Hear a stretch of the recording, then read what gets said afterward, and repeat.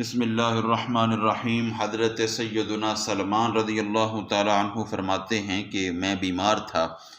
حضور رحمت عالم سید الاولین والآخرین سیدنا محمد الرسول اللہ صلی اللہ علیہ وآلہ وسلم میری عیادت کے لیے تشریف لائے اور مجھے یہ دعا دی، یعنی عیادت کے وقت آپ نے یہ دعا دی: یا سلمان شف اللہ سقمک وغفر ذنبک وعافاک فی بدنک وجسمک الی مدت اجلک۔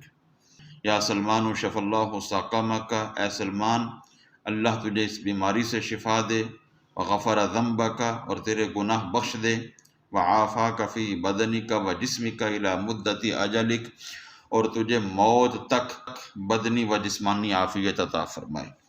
تو ایسے کوئی بندہ کسی کی عیادت کے لیے جائے تو اس کے لیے یہ دعا کرے، یا سلمان کی جگہ پر اس کا نام لے لے جس کی عیادت کے لیے جا رہا ہے، یا رضوان، یا عمران، یا فلاں وغیرہ وغیرہ۔ ایسے ہی ایک دوسرا وظیفہ جو کہ باب مدینۃ العلم سیدنا علی المرتضیٰ کرم اللہ وجہہ الکریم سے مروی ہے، ایک شخص ان کی خدمت میں حاضر ہوا، کہنے لگا فلاں شخص بیمار ہے۔ تو آپ نے اس سے کہا اگر اسے شفا مل جائے تو خوش ہوگا؟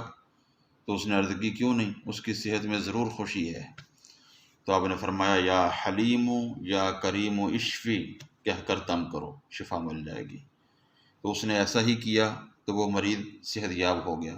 کوئی عدد اس حوالے سے روایات میں نہیں آتا، کثرت کے ساتھ یا حلیم یا کریم اشفی یہ کلمہ پڑھ کر اس پر دم کیا جائے، پانی پر دم کر کے اس کو پلایا جائے تو اللہ رب العزت کی طرف سے شفا ضرور ملے گی۔ اللہ عمل کی توفیق نصیب فرمائے۔